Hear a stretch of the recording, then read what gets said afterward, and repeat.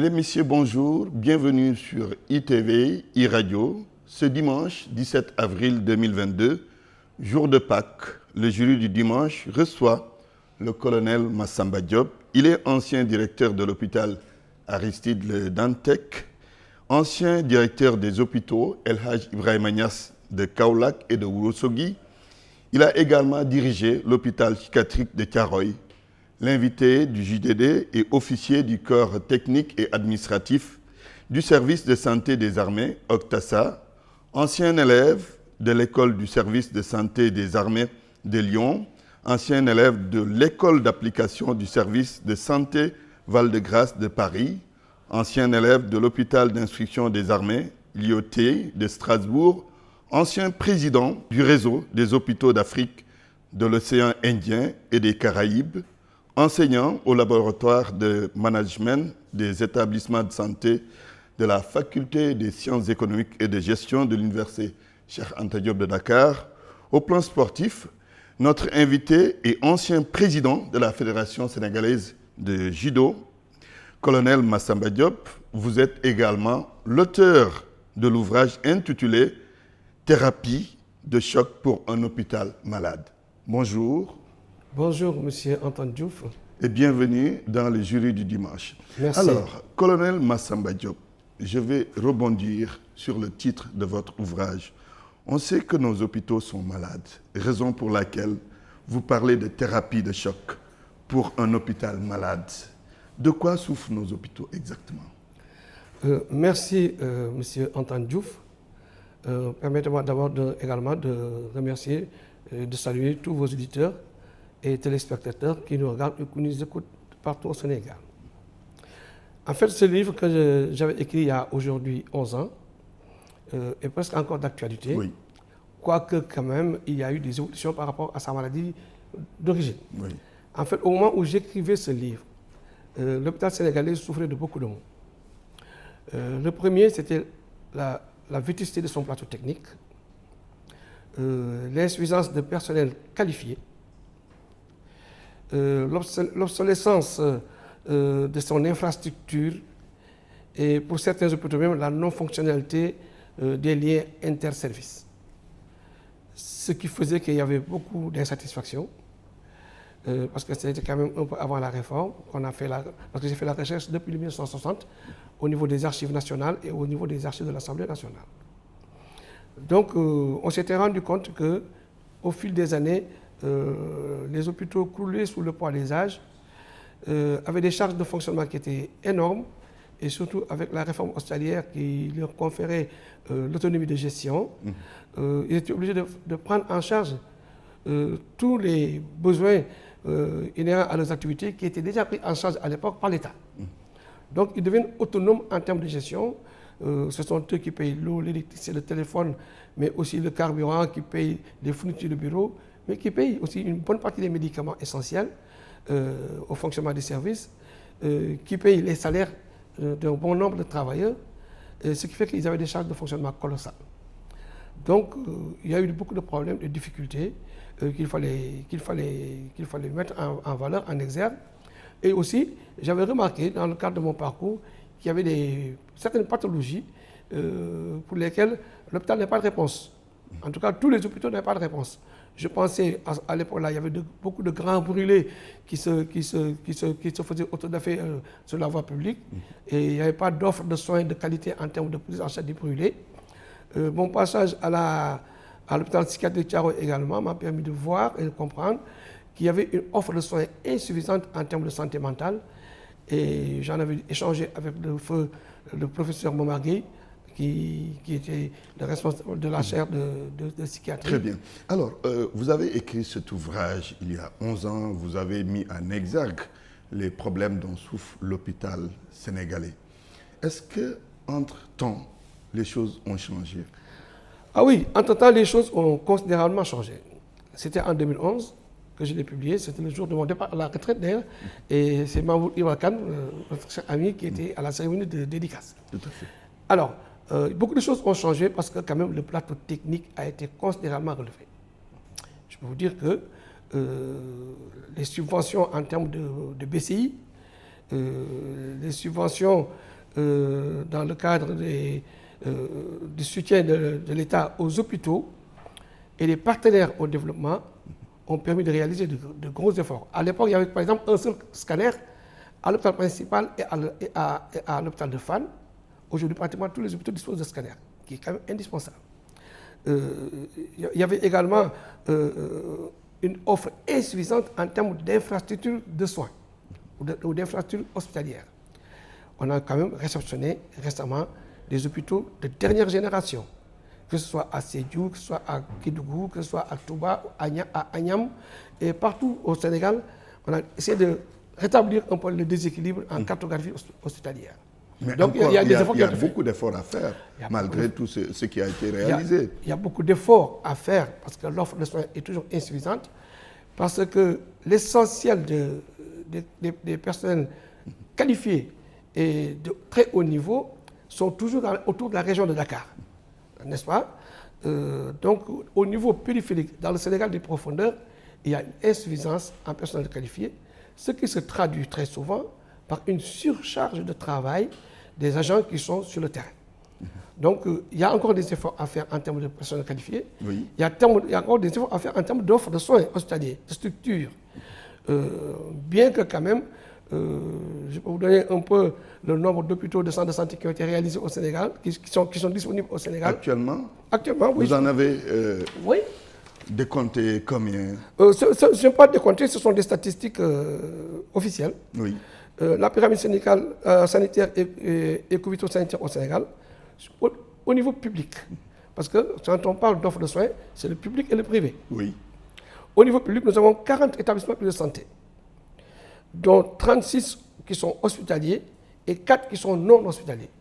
Les non hospitaliers, c'est-à-dire le centre de transfusion sanguine, le centre, comment on appelle ça, la Force nationale d'approvisionnement, etc., le centre d'appareillage, etc. Il y a parmi ces 40 EPS, il y a 10 hôpitaux de niveau 1, ça c'est les hôpitaux départementaux, 15 hôpitaux de niveau 2, ce sont les hôpitaux régionaux. Nous avons 14 régions, maintenant 15 hôpitaux régionaux. Au niveau des hôpitaux 3, c'est les hôpitaux nationaux ou les hôpitaux universitaires, nous en avons quand même 11, plus 102 centres de santé et 1415 postes de santé. C'est quand même important. Oui, oui. Ça, c'est le public. Oui. Au niveau du privé, nous avons comptabilisé en 2017 2754 structures privées de santé, constituées de 1225 SPS de soins, dont 3 hôpitaux privés. Je pense à l'hôpital, qu'on appelle ça Saint-Jean-de-Dieu, Bartimée, etc. 37 centres de santé privés, dans le privé catholique, etc. Et donc, 359 médecins qui sont au niveau du privé et 118 cliniques et 443 cabinets paramédicaux. Toute cette offre de soins, quand même, est très considérable. Oui, pour autant, les Sénégalais vous diront qu'on ne se soigne pas très bien. Oui. Quel est le problème? Alors, malgré ce nombre important d'hôpitaux, les normes de l'OMS disent qu'il faut un hôpital pour 150 000 habitants. Alors, si on rapporte ce ratio à notre pays, nous sommes 15 millions, il nous faudrait au moins 100 hôpitaux. On est très loin de ce ratio. On est encore loin de ce ratio. Oui. Hein, on est encore loin de ce ratio, mais je pense que la tendance est à l'amélioration de l'offre de soins et la qualité des soins. Mais le plus important, ce sont les soins qu'on dispense aux populations. La qualité. La qualité.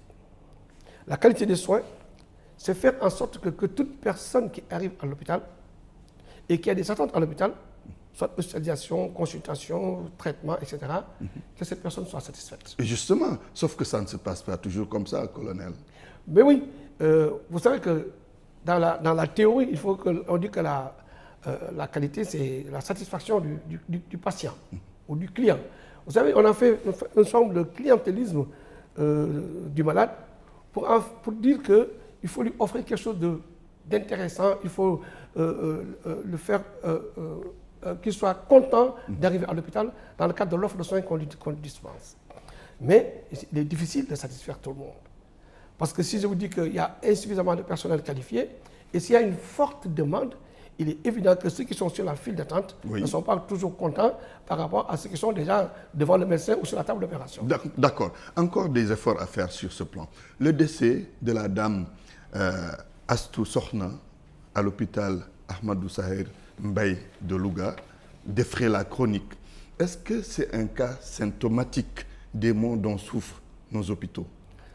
Alors, il ne faudrait surtout pas faire la confusion. Lorsque une personne, une dame est décédée à l'hôpital, qu'on pense que le décès est lié à la prise en charge intra-hospitalière. Mais justement parce qu'on parle de négligence concernant cette dame. Alors, je ne voulais pas vraiment m'appesantir sur le cas de cette dame-là, parce que c'est un cas qui est... On va quand même l'aborder parce que on va l'aborder, mais je vais vous dire que ce n'est pas un cas isolé. Les décès maternels, il y en a plus de 400 par année, et il y a une tendance à le ramener autour de 300-325 décès maternels. Je vous ai dit tout à l'heure que l'UNICEF a constaté qu'il y a 1000 décès par jour, décès maternels par jour dans le monde. Alors le décès maternel, ce n'est pas simplement à l'accouchement. Le décès maternel, les décès maternels sont comptabilisés dans le cadre des décès qui ont été constatés pendant la grossesse, au moment de l'accouchement, et 40 à 42 jours après l'accouchement. Mais si on parle de certains, par exemple, si on prend ce cas-là, on avait dit qu'il était prévu de lui faire une césarienne. Quand on prévoit de faire une césarienne sans que ça ne relève d'un caractère d'urgence, parce que les césariennes peuvent être faites en cas d'urgence, ou alors programmer une césarienne à l'accouchement parce que la grossesse elle est pathologique. Soit l'enfant est trop gros dans le ventre de sa mère, qui est lié à une pathologie maternelle, soit la maman est trop jeune parce que son bassin est immature, ou parce qu'il y a d'autres causes médicales, souffrance potentielle, donc qui font qu'on prévoit une césarienne, comment on appelle ça, prophylactique. C'est ça qu'on appelle la césarienne prophylactique. Oui. Faire en sorte qu'on fait tous les moyens qu'au moment où vous accouchez, vous pourrez être assisté. D'accord. Mais ça signifie quoi? Que beaucoup de femmes arrivent à l'hôpital et qui ont besoin de césarienne parce que durant la grossesse, il n'y a pas un suivi régulier des consultations prénatales. Ça fait partie des premières causes. Parce que normalement, pendant la grossesse, la femme doit faire 3 consultations prénatales avant son accouchement. D'accord. Et après son accouchement, revenir en consultation postnatale. D'accord. Les femmes pratiquement du monde rural ne respectent pas ces règles, et ce qui fait qu'on a un taux très élevé dans le Vous voulez dire que c'est le cas avec celle-là? Non, non, je ne peux pas le dire. Du tout. D'accord. Mais alors, il y a quand même des sanctions, parce que les autorités présument qu'il y a des négligences ou une négligence quelque part. Qu'est-ce que vous dites par rapport aux sanctions qui ont été prises? Parce que le ministre de la Santé a quand même déclaré que c'était une mort qui pouvait être évitée. Mais, négligence, vous êtes bien d'accord? Non, je ne dis pas négligence, puisque le dossier est en cours d'instruction. Je pense que ce sont les conclusions du juge d'instruction qui permettront au procureur d'apprécier et que le juge tranchera. Sur ce plan-là, vraiment, je me réserve le droit de ne pas le commenter. On vous le concède. Oui. Voilà. Donc, les sanctions, le directeur a été relevé de ses fonctions, et ça relève du pouvoir discrétionnaire du président de la République. C'est lui qui nomme à tous les emplois civils et militaires, donc il a la liberté, le droit, le pouvoir de nommer n'importe quel Sénégalais qui a la compétence à n'importe quel poste qu'il juge nécessaire. C'était la bonne décision à prendre? Je ne juge pas les décisions de M. le Président. Et celle de suspendre aussi les autres travailleurs? Peut-être que c'est une mesure conservatoire en attendant que la vérité soit éclairée. C'est une décision administrative, mais moi, les décisions des autorités, je ne les conteste pas, je ne les commente pas. Mais j'estime que si le directeur a été relevé, c'est une prérogative du président de la République, puisqu'il en a nommé un autre qui peut-être était sans emploi au moment où l'on nommé. Et donc, demain, on verra de quoi le jour sera fait. Voilà. D'accord. Voilà. D'accord. Alors, colonel, la responsabilité d'un directeur d'hôpital dans de pareils cas, est-ce qu'elle peut être située à quel niveau, selon vous? Vous savez que le directeur, il est le responsable du fonctionnement régulier et du bon fonctionnement de l'hôpital. Il suffit qu'il y ait un dysfonctionnement de l'hôpital avant qu'on analyse quelles sont les causes de ce dysfonctionnement. C'est lui qui est le premier à être interpellé. Sur le plan administratif, le directeur, c'est lui qui répond au nom de l'hôpital devant les instances judiciaires. Si l'hôpital intente un procès contre quelqu'un, c'est le directeur qui représente l'hôpital.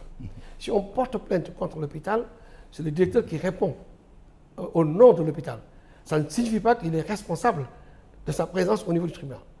Ça, c'est dans le cadre du droit civil, les relations entre les tiers. Maintenant, s'il s'agit du droit pénal, dans le cadre pénal,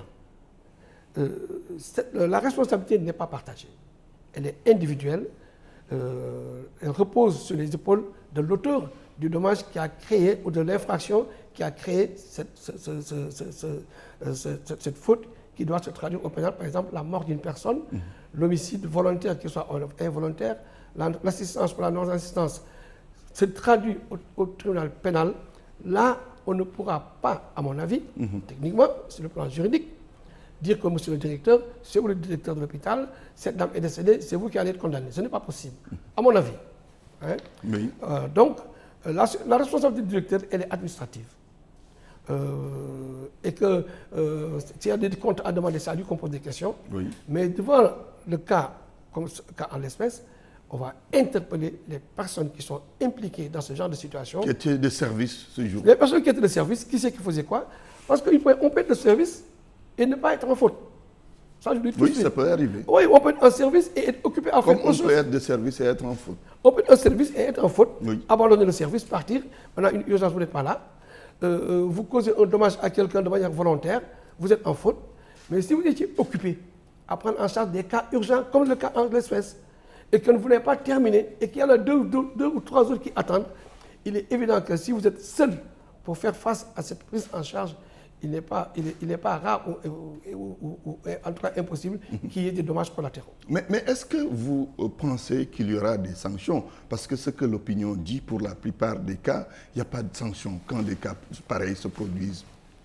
Alors, moi, les sanctions, ce n'est pas à moi de les prendre ou à moi de les commenter. Par contre, ce qu'il faut savoir, en termes de droit, lorsque quelqu'un est victime d'un dommage et qu'il y a un auteur de ce dommage, et qu'il y a un lien de causalité entre le comportement de l'auteur et le dommage qui s'est produit, eh bien, la victime a droit à une réparation. Oui. Ça, c'est le principe. C'est le principe du droit positif. Maintenant, dans les faits, est-ce que c'est toujours le cas? Mais écoutez, on a vu des gens... C'est pour cela que les gens s'interrogent. Mais à qui incombe le droit de sanctionner? Ce n'est pas la faute des acteurs. Et en plus, si comment on appelle ça, l'analyse ou l'instruction judiciaire a permis de voir qu'on pensait que M. Antoine Diouf est responsable de cette faute, mais en réalité, il y a des circonstances qui permettent de comprendre que lui, il n'en est pas réellement l'auteur, ou en tout cas, c'est indépendant de sa volonté, qu'il y a eu des événements qui sont imprévisibles et irrésistibles, pour ne pas dire la force majeure. Eh bien, en ce moment, on peut ne pas être content parce qu'il n'est pas sanctionné, mais le juge, c'est au juge d'apprécier la sanction ou ne pas la sanction. Ce n'est pas les autorités administratives, les autorités judiciaires, c'est aux autorités judiciaires d'apprécier ou de ne pas apprécier l'opportunité de sanctionner ou pas. Cette affaire aussi a posé en même temps la question de la nomination des directeurs d'hôpitaux. Certains pensent qu'il faut nommer des médecins, d'autres pensent le contraire. Quel est votre avis sur la question, sur ce débat? Non, ce débat, qui n'est pas du tout nouveau, hein, il faut le dire. Oui, mais c'est-à-dire, tout Sénégalais a droit à postuler à un emploi s'il en a le profil. Donc, on a des médecins qui, au bout de leur carrière, ou dans le cours de leur carrière, ont opté pour faire de la gestion ou du management ou de la gestion hospitalière. C'est très possible. En ce moment, dès qu'ils font cette formation-là, et que l'autorité qui a le pouvoir de nomination estime, sur proposition du ministre de la Santé, qu'il a le profil pour assurer cette mission, mais rien ne l'empêche. Ce n'est pas réservé aux médecins, aux administratifs. Par contre, si on prend un pays comme la France ou comme le Maroc, la fonction de directeur d'hôpital est un métier. Ici au Sénégal, le directeur d'hôpital, c'est une fonction. Quand vous cessez d'être directeur d'hôpital, vous n'avez plus le titre de directeur d'hôpital. Alors qu'en France, il y a une école de directeur d'hôpital civil et il y a une école militaire, qui est l'école de centre des armées. Qui ne sont pas forcément un personnel de santé, ceux qui doivent diriger un hôpital. C'est des gestionnaires, des administratifs. Mais aujourd'hui, même chez nous, ici au Sénégal, oui. Il y a des directeurs d'hôpitaux qui sont des médecins. Oui. Il y a des directeurs d'hôpitaux, des directrices qui étaient des sages-femmes. Il y a des directeurs qui sont des administrateurs civils.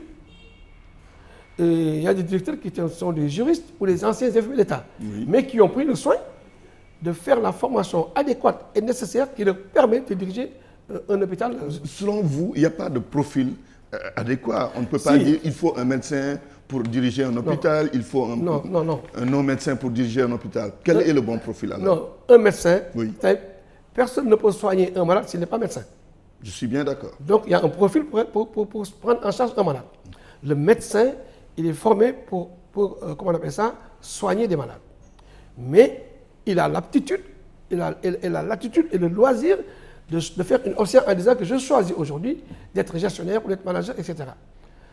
Ces motivations, ça ne m'intéresse pas. Oui. L'essentiel est que lui, c'est son choix. Mais qu'il apprenne à manager, qu'il apprenne à gérer. Mais il y a tout un ensemble. Parce que bon, tous les directeurs d'hôpitaux que je vois ici au Sénégal, quand même, soit ils ont fait le CESAC, ou bien ils ont fait la FASEC. D'accord. Ça, c'est clair.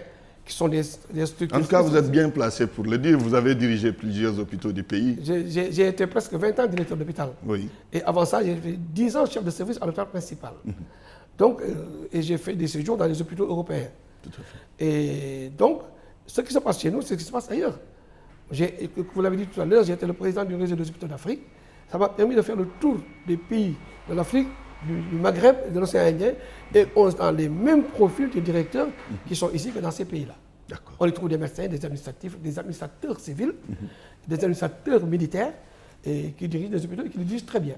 Mais alors, cette affaire de l'hôpital de Louga a charrié beaucoup de réactions. On a vu les professionnels de la santé se préparer à une manifestation parce qu'il y a eu des sanctions. Et ils estiment qu'il n'y a pas de respect vis-à-vis d'eux-mêmes. Mais dites-nous, colonel, que dites-vous ou que pensez-vous de ces mouvements, j'allais dire, je ne dirais pas réactionnaires, mais quand même, il y a une tendance syndicaliste, si vous voulez, quelque part. Oui. Écoutez, les syndicats, ils sont bien dans leur rôle. Parce que leur rôle, c'est de défendre les travailleurs, quelle que soit la situation.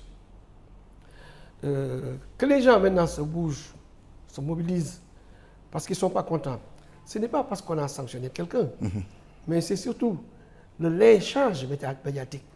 Vous, j'ai entendu de la presse, c'est vous qui avez créé l'émotionnel. Oui. Parce que je vous ai dit qu'il y a plus de 400 femmes qui sont décédées l'année dernière dans le cadre des décès maternels. Personne n'est au courant. Mais dans quelles conditions aussi? Et ce n'est pas toujours... Les conditions de décès aussi importent. Non, mais tout décès maternel, et ça depuis l'avènement de la réforme, tous les décès maternels sont systématiquement audités. Il y a l'audit des décès maternels qui se fait à chaque fois qu'une dame perd la vie en grossesse, en accouchement, après l'accouchement, les autorités médicales, hospitalières ou régionales, exigent, c'est le ministère de la Santé qui exige à ce qu'on fasse l'audit du décès qui nous permettra à l'avenir d'éviter ce genre de décès. Sauf qu'on ne communique pas assez sur ces chiffres dont vous parlez. Je suis d'accord avec vous. Ça, c'est un problème. Mais les chiffres sont... Et ça, la responsabilité incombe au ministère de la Santé, non? Ah non, attention. À qui incombe la responsabilité alors? Non, il n'y a pas de responsabilité dans ce domaine. Pourquoi? Oui, je parle en termes de communication, c'est des chiffres qu'on ne sort pas. Si les chiffres sont publiés sur dans le net, entrez dans le site de l'Agence nationale de la statistique et de la démographie, tous les chiffres que je vous ai donnés, c'est là-bas que je les ai trouvés. D'accord. Donc, tous les trucs sont disponibles, on ne va pas à la recherche.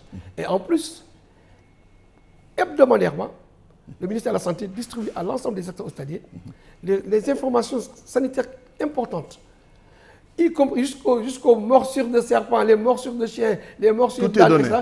Tout est mis en statistique et distribué et partagé, mais partagé aux professionnels de la santé. Et pour les cas de négligence ou faute professionnelle qui sont à l'origine de décès dans nos hôpitaux, est-ce qu'il y a des chiffres disponibles? Mais ces chiffres, je ne les sais pas. Je dis ce que je sais. Je n'ai pas des chiffres pour dire que ces décès sont dus à des négligences de personnel. Ça, c'est celui qui fait l'audit des décès et qui a quand même la responsabilité de la confidentialité ou de la publicité de ces données-là, à qui il faut poser la question. C'est la Direction générale de la santé. Très bien. Le colonel Massamba Diop est l'invité du jury du dimanche sur ITV, iRadio. Nous commentons l'actualité de la semaine, mais bien évidemment les autres problèmes structurels auxquels les hôpitaux sénégalais font face. Alors, mais dans tout cela, comment vous pouvez qualifier l'accueil et le traitement des patients dans nos hôpitaux? Alors, on va y arriver, mais je vous dis quand même tout à l'heure, parce qu'on avait amorcé le problème de l'hôpital de Louga. Oui, de Louga, oui. Vraiment... toujours dans la même veine. Malheureusement, c'est ce qui leur est arrivé a fait qu'ils ont une mauvaise publicité. Mais c'est un hôpital que je connais bien le directeur qui l'exerce. Et je connais vraiment son engagement dans la santé, parce que lui-même c'est un médecin. L'hôpital de Louga est un hôpital de 250 lits à peu près, 245, 250, selon les dernières informations que j'ai eues de la DES, la direction des établissements de santé. Ils font 4 césariennes par jour. Alors 4 césariennes par jour, vous remontez à 360 jours, ça fait quand même plus de 1200 et quelques césariennes par année. Ils font 9 accouchements par jour, multiplié par 360, on est presque à 3000 et quelques accouchements par année. Ils font 28 400, c'est le chiffre que je vous donne, oui. Je les ai tirés de la DSS. Ils sont importants. Je les ai tirés de la DSS. Ils ont fait 28 400 consultations gynécologiques au profit des populations. Et ils ont un décès. Un décès. Vous ne pouvez pas avoir un véhicule, quelle que soit sa performance et sa qualité. D'accord, un décès, mais il faut aussi tenir compte des circonstances. Oui. Non. C'est-à-dire ces circonstances-là, moi, d'abord, j'ai oublié de présenter toutes mes condoléances et toute ma compassion à la famille de la dame qui est disparue.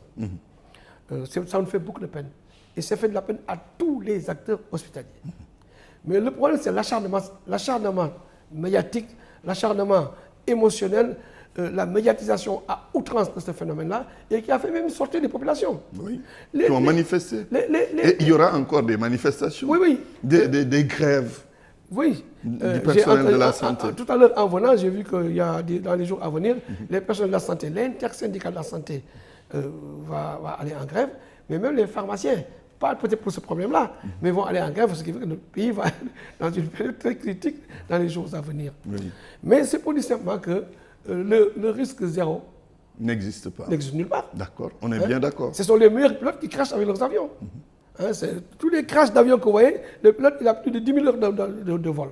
Alors là aussi, les accidents de la circulation, c'est les meilleurs chauffeurs qui se croient téméraires, qui courent le vide. Mais ici, on ne peut pas sous-estimer la mort d'une personne. Même la mort d'un bébé est une peine qui n'est pas acceptable. Parce que nous, dans notre pays, nous sommes un pays profondément religieux, parce que nous sommes à 100% croyants. Donc, nous croyons à la fatalité. Mais la science ne croit pas à la fatalité. La science, elle raisonne, elle veut un résultat, il y a toujours une cause pour chaque résultat. Donc, les gens sont en train de chercher, on est en train de vérifier, et ces enquêtes, ça permet pas seulement de sanctionner, parce que ce n'est pas ça le but, parce qu'en sanctionnant quelqu'un, vous n'avez réglé rien, mais faire en sorte que ça ne se reproduise plus. Voilà plus jamais ça. Plus jamais ça. Mais faire en sorte que d'ici l'an 2030, qu'il n'y a pas une seule mortalité maternelle, on va ça qu'au Sénégal, mais en Afrique, c'est une utopie. D'accord. Mais alors, cela dit, oui, on parlait de l'accueil et du traitement des patients dans nos hôpitaux. Oui. C'est un problème. Non, en fait, c'est un problème parce que c'est très relatif. Depuis la réforme hospitalière, les autorités sanitaires et les autorités hospitalières ont développé ce qu'on appelle, ont élaboré des projets d'établissement. Et dans ces projets d'établissement, il y a un volet extrêmement important, c'est l'enquête de satisfaction. On demande aux patients leur relation avec les malades, avec les médecins, leur relation avec le personnel, la manière dont ils sont pris en charge, la qualité du service qui leur est offert, et ils donnent leur point de vue. Et les résultats de ces enquêtes de satisfaction nous permettent d'élaborer ce qu'on appelle des projets qualité. Les projets qualité, cette satisfaction ne se limite pas simplement à ce qu'Antoine Diouf me dise, écoutez, colonel, aujourd'hui je suis content de votre service. La satisfaction peut être intrinsèque, c'est-à-dire elle peut être implicite. La personne qui en bénéficie ne peut même pas, peut parfois ne pas l'expliquer. Parce que ce n'est même pas qu'on lui a fait prodiguer des soins de qualité.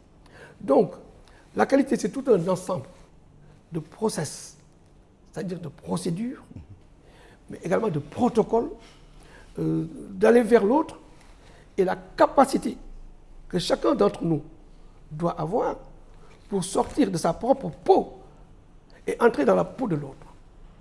C'est ce qu'on appelle l'empathie. Donc, les personnels de santé qui sont chargés d'accueillir les malades, donc ils doivent être sélectionnés en fonction de leur caractère, parce qu'il y a des personnes qui sont très caractérielles. Oui. Il y a des personnes qui sont d'humeur très irascible. Oui, ces personnes-là, on n'en a pas besoin à l'accueil. Il y a des personnes au niveau, par exemple, de la maternité ou de la pédiatrie, où il y a beaucoup plus de flux de malades. Et que finalement, ce qui se passe, c'est que les gens tombent dans la routine. Et on dit que la routine endort l'attention. On a l'impression qu'ils sont insensibles à la douleur de l'autre ou au mal de l'autre. Alors que notre mission, c'est de satisfaire les personnes qui souffrent, prendre en charge leur douleur, réduire leur mal et leur donner le plus de chances d'être sauvés.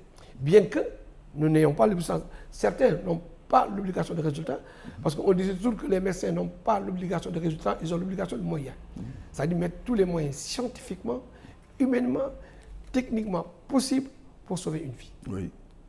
Mais aujourd'hui, même s'ils échouent, on ne peut pas leur reprocher d'avoir échoué. Mais aujourd'hui, cette obligation de moyens, de résultats, commence à se faire sentir est devenue une exigence dans certaines corporations. Chez les biologistes, chez les dentistes, etc. On ne peut pas arracher une dent qui est saine en disant que je me suis trompé, ce n'est pas possible. Voilà, donc la satisfaction, elle est relative, mais faire en sorte qu'on ait des chantiers qualité, des évaluations, des suivis réguliers pour permettre de mesurer. Oui, mais quand vous avez une opinion globalement qui pense que dans les hôpitaux, l'accueil n'est pas des meilleurs, le traitement des malades n'est pas des meilleurs. Ah, c'est pas tous les hôpitaux.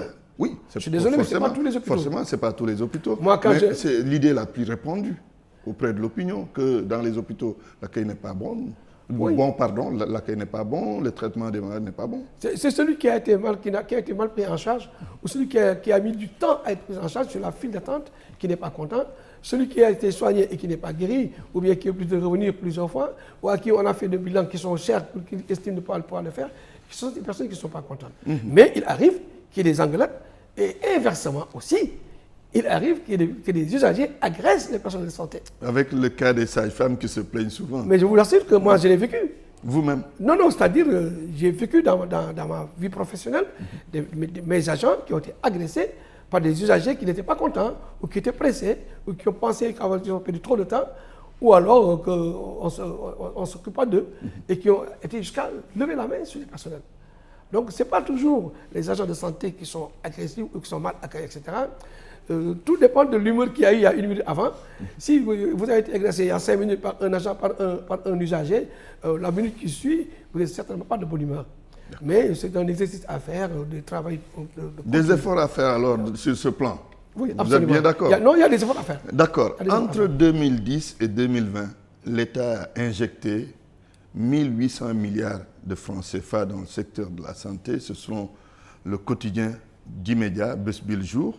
La politique sanitaire, si vous aviez à jeter un regard là-dessus, est-ce qu'elle est bonne ou bien il y a encore à refaire? Écoutez, dans tous les pays du monde, il y a toujours à refaire. Les pays les plus développés ont également des problèmes de santé. Moi, j'ai vu les médecins urgentistes à Paris qui étaient sortis dans la rue parce qu'ils n'étaient pas contents de leurs conditions de travail. L'État a fait de gros efforts, c'est vrai, en termes d'investissement, en termes d'infrastructures, en termes d'équipements biomédicaux et techniques, qu'il a soutenu les hôpitaux parce que n'oublions pas que quand même l'hôpital public a une mission de service public. Oui. Donc il est sur la responsabilité de l'État. Même s'il est en autonomie de gestion, il n'est pas indépendant sur le plan fonctionnel. Ce n'est pas comme une structure privée. Donc il y a des règles de fonctionnement sur lesquelles l'État apporte son concours. Les bailleurs de fonds ou les partenaires au développement apportent le concours par le biais de l'État et aident les hôpitaux à améliorer ce qu'ils font. Si vous regardez l'hôpital il y a 15-20 ans et tu regardes l'hôpital d'aujourd'hui, il y a quand même beaucoup de changements. Mais ce n'est pas suffisant, parce que les gens ne sont pas toujours satisfaits. Qu'est-ce qu'il faudrait améliorer à votre avis? Écoutez, le financement de la santé. Il faudrait qu'on arrive, parce que, quoi qu'on dise, il y a eu beaucoup de politiques de gratuité. Avant, moi, quand j'étais directeur de l'hôpital de Dantec, qui était le seul centre qui avait un service d'hémodialyse, où on prenait les insuffisants rénaux et qui avait 14 lits. Et pendant ce temps, il y avait 600 000 personnes qui souffraient d'insuffisance rénale qui devaient être prises en charge. Et on doit faire trois hémodialyses par semaine. Et à chaque séance d'hémodialyse, le malade, il paye 50 000 francs. Ça fait 150 000 francs par semaine. Et donc, multiplié par 4 semaines dans le mois, c'est une somme colossale pour les familles. Aujourd'hui, ces soins sont gratuits. Ce n'est plus Dantec seulement qui le fait. On fait de l'hémodialyse jusqu'au Sénégal des profondeurs. Les enfants de 0 à 4 ans, ils sont pris en charge gratuitement. Les personnes âgées, le président Abdoulaye Wade, à l'époque, avait créé le plan Sésame. Le président Macky Sall l'a approfondi par la couverture maladie universelle. Il a amélioré considérablement, de sorte que donc, aujourd'hui même, les usagers qui n'ont pas les moyens sont organisés en mutuelles. Et ces mutuelles sont subventionnées par l'État. Donc, je pense qu'il y a beaucoup de choses qui ont été faites dans le cadre de l'amélioration de l'offre de soins. L'État a beaucoup fait, il y en a toujours à refaire. Voilà. Oui, d'accord, il y aura beaucoup à faire. Après cette affaire de Louga, je reviens là-dessus parce que c'est un prétexte pour poser ma question. Il y a une réaction du président de la Ligue sénégalaise des droits humains qui dit qu'il faut des assises de la santé. Vous êtes d'accord avec lui? Écoutez, aujourd'hui, on est en démocratie, chacun dit ce qu'il pense. Les assises de la santé... La situation l'exige. Écoutez, on a fait des assises de la santé à l'époque, c'est le ministre Abdou Fall qui était le ministre de la Santé. Du temps d'Abdoulaye Wade. Du temps d'Abdoulaye Wade, on a... Ça fait quand même plus de 10 ans. Oui, mais vous savez, on ne peut pas passer tout son temps à faire des assises. On n'a qu'à faire, avec les enquêtes de satisfaction, avec les diagnostics qu'on fait dans chaque hôpital, des problèmes sont relevés. Parce que quand on fait les projets d'établissement, chaque hôpital écrit l'ensemble de ses faiblesses. Les forces, c'est bien. Il faut les améliorer, mais ce n'est pas ce qui nous intéresse. Ce qui nous intéresse, c'est ce qui ne va pas. Pour qu'on puisse offrir des soins de qualité aux populations. Chacun en a fait. Et on les a déposés au ministère de la Santé et de manière... Et qu'est-ce qu'on a fait de tout ça? C'est maintenant, ça aussi la grosse question. Aujourd'hui, les projets d'établissement, il y en a beaucoup qui ne sont pas encore financés parce qu'ils sont encore en étude, certainement. Mais ce n'est pas à l'État seulement de procéder au financement de ces projets d'établissement. Il y a l'accompagnement de l'État qui est obligatoire. L'hôpital en lui-même doit également mettre la main à la poche et mettre la main à la pâte pour améliorer son offre de soins et son plateau technique, mais surtout aussi le partenariat extérieur. Aujourd'hui, par exemple, si je donne l'exemple de l'hôpital de Grand Yoff, qui s'est doté du meilleur appareil en Afrique de l'Ouest, je peux même dire en Afrique, en termes de coronarographie, interventionnelle et exploratoire. Nous avons pratiquement la Mercedes des coronarographies, des appareils de coronarographie. Mais ça, ce n'est pas l'État qui l'a acheté. C'est le conseil d'administration qui a autorisé l'hôpital à s'endetter auprès d'une banque de la place qui va financer le projet et qu'on va faire un plan de remboursement sur plusieurs années et ça permet d'améliorer le plateau technique. Ça aussi, ce sont des possibilités de partenariat public-privé qui permet d'améliorer l'offre de soins, d'améliorer le plateau technique. Et parfois aussi, l'État les accompagne dans le recrutement des personnels. Parce que la plus grosse charge des hôpitaux aujourd'hui, ce sont les ressources humaines. On n'arrive même plus à recruter des personnels dont on a besoin. Des personnels dont on ne peut pas se passer de leur service. L'hôpital, son équilibre financier ne lui permet pas de les recruter. On fait des contractualisations, des prestataires de services, etc. Alors que ces personnes sont indispensables. C'est en cela que je demande à l'État, au fur et à mesure des années qui passent, qu'on en recule par cohorte, par contingent, pour faire en sorte que les hôpitaux n'ont plus à payer des charges de ressources humaines par rapport à leur mission de travail. D'accord. Mais en même temps, colonel, il y a des hôpitaux qui ont été construits. Je vais donner l'exemple de l'hôpital de Touba, qui est un hôpital ultra moderne. Un fleuron. Oui, un fleuron, mais qui ne fonctionne toujours pas. C'est un problème. Mais il est ouvert il n'y a pas longtemps. Oui, mais quand même. On est en train d'affecter le personnel. Moi, hier, j'étais parti, il y a une semaine, j'étais parti à l'hôpital, dans un hôpital de Dakar, où j'ai trouvé des médecins qui étaient affectés pour aller à l'hôpital de Touba. Il y a des stations qui sont déjà affectées à l'hôpital de Touba. Le directeur est déjà nommé. Donc, on attend que tout soit mis en place. N'oublions pas aussi que les gens ont des habitudes au niveau avec leurs praticiens. Ça fait quand même déjà quelques mois qu'on a ouvert cet hôpital. Oui, mais il ne va pas quand même, à 3-4 mois d'ouverture, atteindre sa vitesse de croisière. Non, pas la vitesse de croisière, mais au moins un fonctionnement acceptable. Absolument. Même si le rythme est timoré. Bon, écoutez, moi, je ne peux pas en parler, puisque je n'ai jamais mis pied là-dedans. D'accord. Je connais le directeur qui a été nommé là-bas, qui est un brillant directeur d'ailleurs, et que les personnes, également, je connais des personnes de qualité qui sont en train d'être affectées là-bas. Alors, moi, sur ce plan-là, ce que j'aurais à suggérer, si j'avais la possibilité de suggérer quelque chose, c'est que dans la construction des hôpitaux, qu'on fasse une planification au préalable. C'est-à-dire, autrement dit, au moment où on ouvre un hôpital dans telle ou telle région du Sénégal, que les personnels qui doivent servir cet hôpital-là soient déjà disponibles. Donc, c'est comme ça que, par exemple, dans l'armée française... Là, vous êtes en train de nous rejoindre sur ce plan. C'est ça la planification dans la formation. Si je prends l'exemple de l'armée française, parce que j'ai fait quand même un passage dans cette armée-là, dans ma formation, les hôpitaux, parce que la France a beaucoup d'unités de santé qui sont réparties dans le monde dans le cadre de ces interventions opérationnelles, l'OPEX, ce qu'on appelle les opérations extérieures. Il y a des hôpitaux chirurgicaux, des hôpitaux de médecine, etc., qui sont déjà construits sur des tentes, etc., et tout le personnel est déjà affecté en temps normal. Peut-être que vous êtes à Paris, l'autre est à Marseille, le troisième est à Milan, etc., à Nantes ou dans une région de la France. Oui. Mais autant on a besoin, tout le monde rejoint au même moment. Donc, pour le cas de Touba, c'est un problème de planification. Je n'ai pas dit ça. Non, ne me faites pas dire ce que je n'ai pas dit. Non, je suis en train de faire une déduction. Vous faites une déduction parce que le besoin de Touba, vous savez que Touba est la deuxième grande ville du Sénégal en termes de démographie, de population. Il a une démographie galopante. Il y a 2 EPS qui sont à Touba, EPS 2 de Ndamatou et l'EPS 3, un hôpital d'institution, qui est comment on appelle ça, l'hôpital Madou Fawzeni. Oui. Mais la demande est toujours insuffisante. Donc, M. le Président de la République a pris l'initiative de construire l'un des fleurons hospitaliers. Parce qu'il n'y a pas que celui-là. Dans le Djam. Dans le Djam, oui. Il y a encore à faire. Non, mais certains services ne fonctionnent pas. Dans le Djam, ça ne date pas d'aujourd'hui. Ça pose le problème de la disponibilité des ressources humaines. Nous avons une insuffisance en ressources humaines de qualité, en ressources humaines hospitalières, et que donc, on fait avec ce que nous avons. Mais au fur et à mesure, les gens sortent des formations des écoles, sortent de l'université, on en recrute, même pas seulement le ministère de la fonction publique, les hôpitaux en recrutent. Et on les affecte au fur et à mesure que l'hôpital prend son chemin, prend son envol, etc. Mais c'est déjà une réponse. Le fait que la structure existe, avec tout le plateau technique qu'on lui connaît, qui n'existait nulle part dans aucune région au Sénégal, et même dans certains pays dans son région. Une réponse infrastructurelle. C'est une réponse infrastructurelle et fonctionnelle. Oui, en attendant aussi le personnel, puisque vous dites déjà qu'il y a un problème de personnel. Mais il n'y a aucun hôpital. Je vous ai dit tout à l'heure qu'il y a des hôpitaux qui ont besoin de personnel mais qui n'ont pas les moyens de les payer.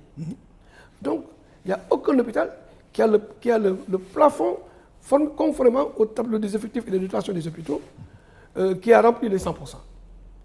Donc, c'est pourquoi d'ailleurs, il y a une surcharge de travail au niveau de chaque poste médical ou chirurgical. Il y a une surcharge de travail.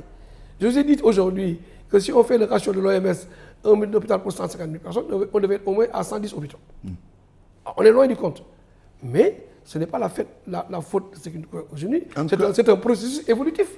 En tout cas, en région, cela fait partie du fait que certains hôpitaux n'ont pas de spécialistes, le fait que certains médecins refusent d'aller en région. Et le ministre de la Santé a d'ailleurs dit ceux qui refuseront désormais seront tout simplement licenciés. Non, vous êtes d'accord avec c'est monsieur le Président de la République qui a décidé de cela. Oui.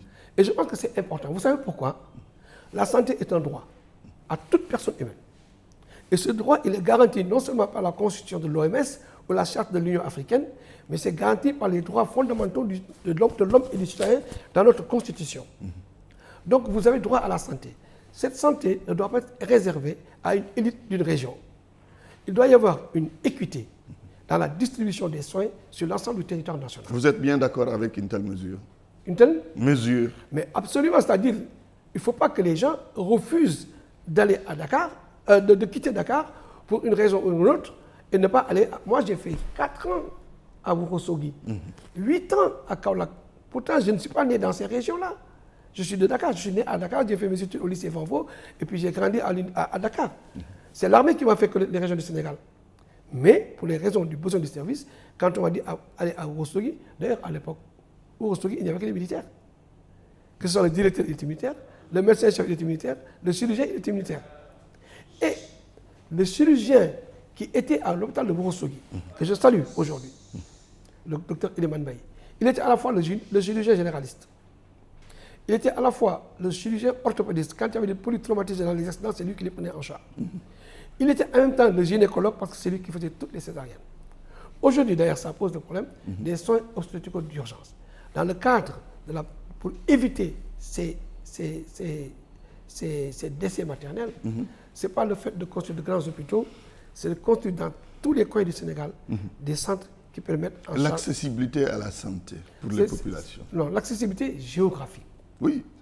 Donc c'est de ça que je parle, c'est mettre des structures qui prennent en charge des soins obstétricaux d'urgence. Et je me rappelle très bien, dans les années 2003-2004, le professeur Cheikh Tidiane Touré, qui était le titulaire de la chaire de chirurgie, avait développé, avec la coopération belge, des centres où les médecins généralistes étaient formés pour prendre en charge des césariennes. Ce qui est très important. S'il faut attendre d'avoir un gynécologue pour faire des césariennes, on va encore en avoir des décès parce que les lits sont insuffisants. Mais par contre, former des médecins spécialistes en SONU, soins obstétricaux et néonataux d'urgence. Très bien. Ça permet également de régler ce problème de Il nous reste quelques petites minutes. Nous allons reparler de notre système sanitaire qui a été mis à nu par la Covid. Vous êtes bien d'accord certainement avec moi. Alors, mais après, on a constaté qu'il y a eu un frémissement. Est-ce que la Covid a été un facteur qui a boosté la politique sanitaire de l'État du Sénégal? Écoutez, vous me posez une question qui ne relève pas de mes compétences. D'accord. Ça, c'est la direction de la santé qui est spécialisée dans ce domaine-là et qui est habilitée à parler sur ce plan-là. D'accord. Moi, je connais les choses hospitalières, mais les politiques de santé, même si j'en ai parlé dans mon ouvrage, ce n'est pas mon domaine. D'accord. Merci, colonel Massamba Diop. Nous allons parler du cas de l'hôpital Aristide Le Dantec que vous avez dirigé. Il devrait certainement vous intéresser, ce cas. Du temps d'Abdoulaye Wade, on avait voulu raser cette structure qui reçoit les populations indigènes du Sénégal, mais qu'il y a sans doute de grands professeurs qui exercent dans cet hôpital. Vous le savez mieux que moi. Le régime actuel ne semble pas renoncer à cette volonté de reprendre l'hôpital Aristide Le Dantec. Que faut-il faire pour cet hôpital Le Dantec, d'après vous? Alors, à mon avis, la contexture actuelle de l'hôpital Le Dantec en service pavillonnaire n'est pas très fonctionnelle sur le plan hospitalier. Je donne un exemple. Si vous êtes malade hospitalisé en médecine et que vous devez faire un scanner à la radio, vous êtes obligé de traverser la cour pour aller jusqu'à la radio. Vous devez quitter un service de médecine pour aller en réanimation. On met sur un lit, il faut traverser la cour. Il faut traverser la cour. Vous savez que ce n'est pas bien. Ça, c'est la première chose. Aujourd'hui, tous les hôpitaux dont on a parlé ont des liens fonctionnels. Vous quittez un service A pour aller vers un service B, vous passez dans des couloirs, mais vous n'êtes pas à l'extérieur. Tout à fait. Même un cadavre, quand on l'amenait à l'époque à la morgue, il traversait la cour. C'est moi qui avais demandé à ce que maintenant, qu'il y ait un véhicule qui vienne les chercher pour humaniser et avoir un peu de discrétion, parce qu'il y a des femmes qui paniquent devant des cadavres. Ouais. Donc, pour qu'un cadavre soit pris discrètement et amené à la morgue sans qu'il traverse la cour, ou bien en traversant la cour, on ne le voit pas, il est dans un véhicule. Alors, ce qu'il faudrait faire, l'hôpital Dantec avait déjà pensé à ça par ses acteurs. Je me rappelle, dans les années 2011-2012, l'hôpital Dantec avait élaboré un projet d'établissement ambitieux et qui avait fait un hôpital de type nouveau. C'était un EPS, un établissement de santé de niveau 4, qu'il avait proposé. Et si mes souvenirs sont exacts, je n'ai pas de me tromper, mais je ne suis pas sûr de me tromper, ce projet d'établissement de l'hôpital Dantec a même été validé par le Club de Paris au début du mandat du président Macky Sall. Je ne suis pas sûr de ce qu'il en est. Il avait été exposé pendant longtemps d'ailleurs dans le hall du ministère de la Santé, un hôpital magnifique, mais qui était extrêmement coûteux. Maintenant, les visions diffèrent selon les régimes. Selon les régimes, et chaque régime a la légitimité de penser que c'est comme ça qu'il faut faire. Par exemple, à l'époque, quand on avait pensé à raser le Dantec, c'était pour faire un service de proximité. Et c'est ce qui a créé d'ailleurs dans le Diam. Et on a relevé le plateau technique et le niveau de compétence de certains centres de santé. Ça correspondait avec la période où le bâtiment de la maternité voulait s'effondrer. Et tout le monde a crié en disant que ça ce sera le deuxième Diola. C'est moi qui, à l'époque, était directeur de l'hôpital Dantec, sur ordre du ministre de la Santé, qui avait pris la décision de fermer le service de la maternité. Mais en fermant le service de la maternité, ça a été une excellente chose pour l'ensemble des centres de santé qui sont à Dakar. Parce que tous les professeurs qui étaient répartis dans les services de Dantec, dans la maternité seule, était un service de 110 lits à l'époque, 110 lits, une capacité énorme qu'aucun autre hôpital n'a. Eh bien, ces personnes étaient réparties entre Gaspard Camara, entre Nabil Chouker, Roi Baudouin, etc. Et du coup, on a constaté qu'il y avait non seulement une amélioration de la prise en charge des femmes, mais qu'il y avait une baisse drastique de la mortalité maternelle et infanto-juvénile. Donc le fait qu'on avait fermé la maternité de Dantec avait profité aux petits EPS qui finalement sont devenus même, au centre de santé, qui sont devenus des établissements publics de niveau 1. Je pense à Gaspard Camara, je pense à Philippe Maguilène Senghor, je pense à Nabil Chouker, je pense à la polyclinique et à Roi Baudouin.